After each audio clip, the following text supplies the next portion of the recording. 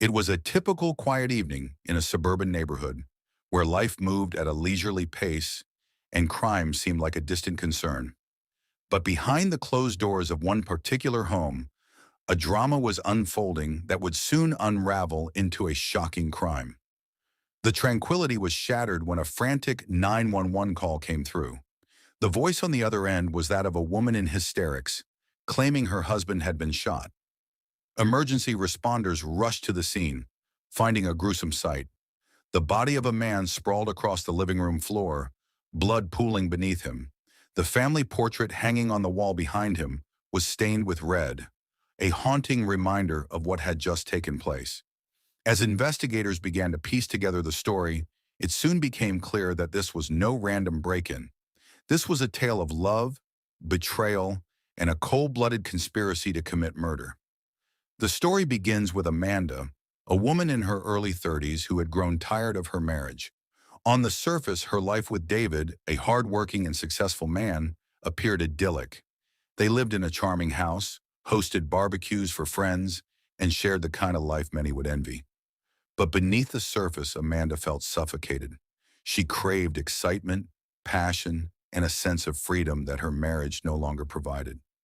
Over time, her dissatisfaction turned into resentment, and she began seeking solace elsewhere. That solace came in the form of Jason, a man several years younger than her who worked at the local gym. With his chiseled features and easy charm, Jason was everything Amanda felt David was not. It didn't take long for Amanda and Jason to cross the line from flirtation to a full-blown affair. The affair quickly grew intense, with the couple sneaking around, sharing stolen moments, and making promises of a future together. It was during one of these secret rendezvous that Amanda first floated the idea. What if David were out of the picture permanently? At first it was framed as a joke, a dark fantasy shared in a moment of passion. But the more they talked, the more it seemed like a viable solution. Amanda painted a picture of a new life for them, a life free from the constraints of her marriage and full of the passion they had found in each other. She assured Jason that with David gone, they could be together openly, without fear of repercussion. And before long, Jason found himself agreeing to something he never thought he would: murder. The plan was devised in chilling detail. Amanda knew David's routines down to the minute. She knew exactly when he would be home, where he kept the spare key, and even how to disable the security system.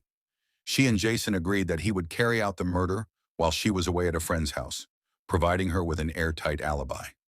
It seemed almost too easy. On the night of the murder, Jason waited outside David's house, his hands shaking as he held the gun Amanda had procured.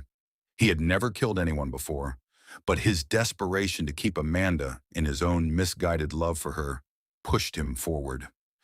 As David walked through the door, Jason stepped out from the shadows. There was a moment of shock in David's eyes, a flicker of recognition before Jason pulled the trigger. The sound of the gunshot echoed through the house, and David fell to the floor lifeless. Jason stood there for a moment, staring at what he had done, before hurriedly fleeing the scene, just as Amanda had instructed. The following hours were a blur for Amanda. She made sure to be seen at her friend's house, engaging in light conversation, all the while keeping an eye on the clock. When the time was right, she excused herself, went outside, and made the call that would set the rest of the plan in motion. Her voice was shaky as she dialed 911, expertly feigning the panic of a wife who had just found her husband dead. The investigation initially seemed to confirm Amanda's version of events. There was no sign of forced entry, and the house had not been ransacked. But as detectives dug deeper, small inconsistencies began to surface. Neighbors reported seeing a man fitting Jason's description lurking near the house earlier in the day. A search of Amanda's phone revealed a series of cryptic messages exchanged with Jason, suggesting a level of familiarity that went beyond what she had admitted.